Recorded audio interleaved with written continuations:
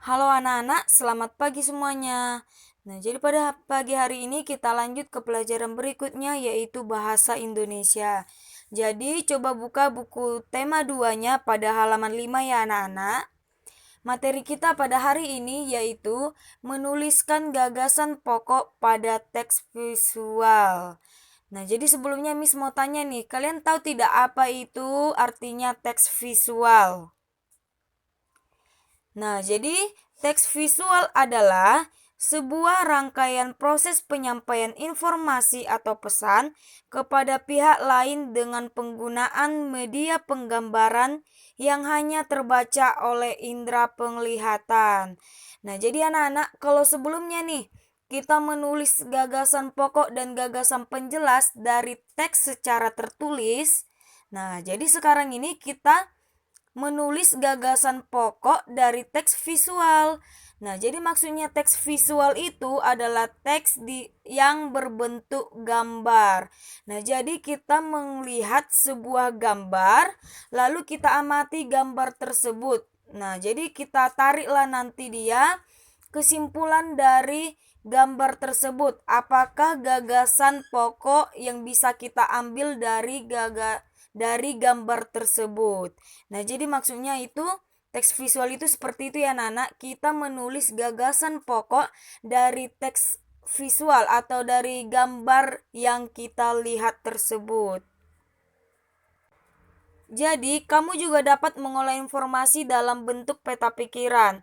Informasi dari sebuah teks dapat diperoleh dengan membaca intensif atau membaca memindai.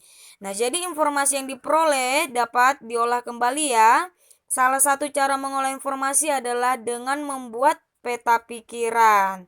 Nah, jadi kamu itu dapat mendapatkan informasi dengan cara membaca dari artikel, dari ensiklopedia ataupun dari internet. Nah, jadi contoh di sini nih yang Miss berikan yaitu kita peroleh dari teks tentang minyak bumi anak-anak. Nah, jadi di sini kamu dapat membaca teks minyak bumi. Nah, kamu perhatikan ya anak-anak, di sini ada 6 kalimat. Nah, jadi coba kamu baca ya teks minyak bumi tersebut.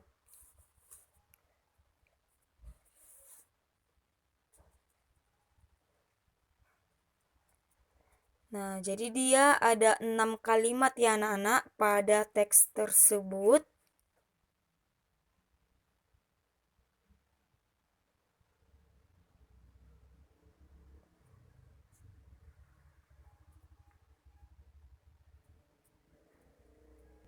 Lalu setelah kita baca tadi teks tersebut, kita dapat membuat peta pikirannya dari informasi tersebut.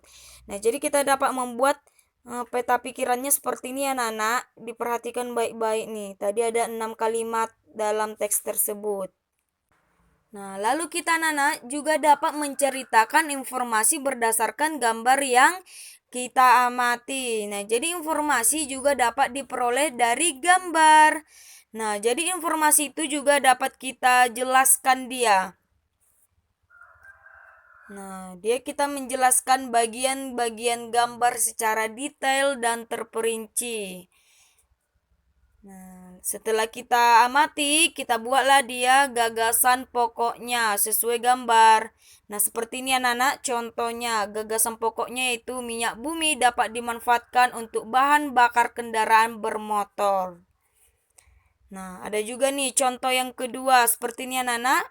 Nah, jadi kamu dapat membuat informasi nih gagasan pokok dari gambar tersebut.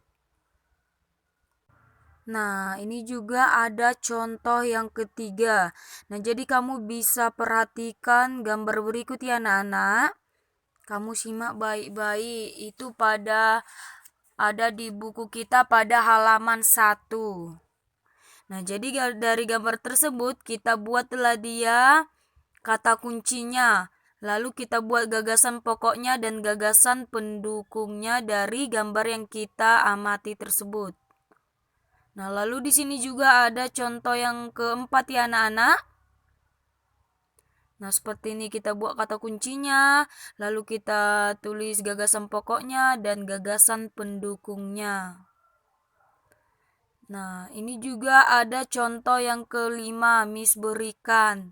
Nah, perhatikan baik-baik gambarnya ya anak-anak. Lalu setelah itu kamu buatlah dia informasi yang kamu dapat dari gambar tersebut. Nah, jadi bisa kamu lihat contohnya seperti ini ya Nana. Nah, jadi kita tahu ya anak-anak dari gambar tersebut, dari contoh-contoh yang Miss berikan nih, udah ada 5. Nah, jadi kamu dapat menangkap pesan yang disampaikan dari gambar tersebut. Nah, jadi dengan melihat gambar tersebut, kamu itu seolah-olah sedang membaca teks. Karena itulah gambar juga disebut dengan teks visual. Nah, jadi kita tahu ya anak-anak, bahwa teks visual adalah rangkaian proses penyampaian informasi atau pesan kepada pihak lain dengan penggunaan media gambar. Nah, jadi itu ya anak-anak, dia mengenai teks visual di mana dari gambar tersebut kamu dapat memperoleh suatu informasi. Nah, jadi walaupun tidak tertulis, dia itu kamu dapat informasi dari gambar tersebut dengan cara mengamatinya. Nah, jadi seperti itu ya anak-anak, contoh teks visual. Nah, jadi gagasan pokok dan gagasan pendukung suatu teks itu anak-anak. Nah, kita ingat kembali ya tentang gagasan pokok dan gagasan pendukung. Nah, gagasan pokok dan gagasan pendukung ditentukan dengan membaca, memindai. Nah, jadi coba nih kamu simak teks berikut ini, di mana ada contoh teks judulnya Kerbau. Nah, setelah kamu baca, kamu buatlah dia gagasan pokoknya.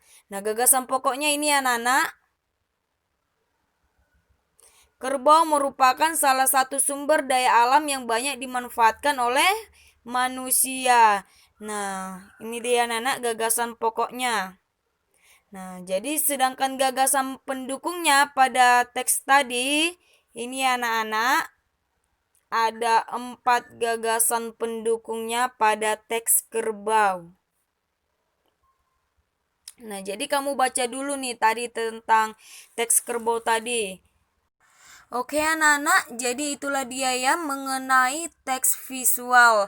Nah, di mana kita telah membahas bagaimana membuat inti-inti dari gambar tersebut serta membuat gagasan pokok dan gagasan penjelasnya dari teks visual, dan kita juga tadi telah membahas gagasan pokok dan gagasan penjelas yang ada pada teks secara tertulis.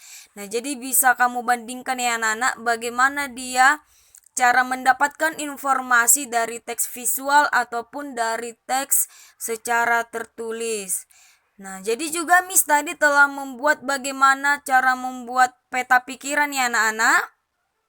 Nah, oke, setelah itu di sini Miss akan memberikan tugas nih kepada kalian. Coba perhatikan bukunya pada halaman 5. Nah, di sini kalian ditulis nih, ada ditulis sekarang temukan sebanyak-banyaknya manfaat energi matahari bagi makhluk hidup dalam bentuk peta pikiran. Nah, lalu kalian sertakan juga gambar agar lebih menarik. Nah, jadi kan tadi Miss telah memberikan contoh juga nih bagaimana cara membuat peta pikiran. Coba kalian cek lagi nih, kalian perhatikan lagi tadi materi pembelajaran kita bagaimana dia membuat peta pikiran. Nah, jadi di sini kalian disuruh membuat sebanyak-banyaknya apa itu manfaat dari energi matahari. Nah, setelah kamu buat dia, kamu tulis apa saja manfaat energi matahari bagi makhluk hidup. Nah, lalu kamu buatlah dia peta pikirannya. Nah, kamu buat peta pikirannya. Nah, kamu juga bisa buat sertakan gambar agar lebih menarik ya anak-anak. Nah, jadi manfaat energi matahari itu bisa kamu buat dia sebagai kata kuncinya. Nah, jadi di sini bisa kamu buat ya anak-anak manfaatnya tersebut sebagai kata kuncinya dalam gambar tersebut. Nah, jadi Setelah kamu buat kata kuncinya, kamu buat juga lah dia di sini peta pikirannya. Nah, jadi agar lebih menarik bisa juga kamu gambar ya anak-anak. Nah, itulah tugas yang akan kamu kerjakan. Jadi sekian pembelajaran kita pada hari ini ya anak-anak. Sampai jumpa semuanya. Semangat belajar.